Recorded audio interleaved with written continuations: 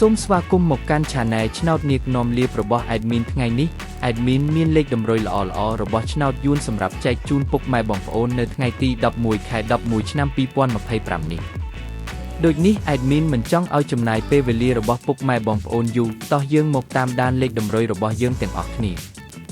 សម្រាប់លេខតម្រុយ2លេខមានលេខ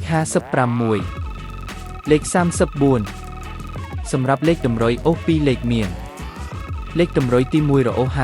50និងលេខតម្រុយចុងក្រោយអូស30សម្រាប់លេខតម្រុយ3លេខមាន504គុណនិង416គុណសម្រាប់លេខតម្រុយថ្ងៃនេះ Admin សូមជូនពរឲ្យពុកម៉ែបងប្អូនជួបតែសំណាងល្អទាំងអស់គ្នាហេងមានលាភមានជ័យ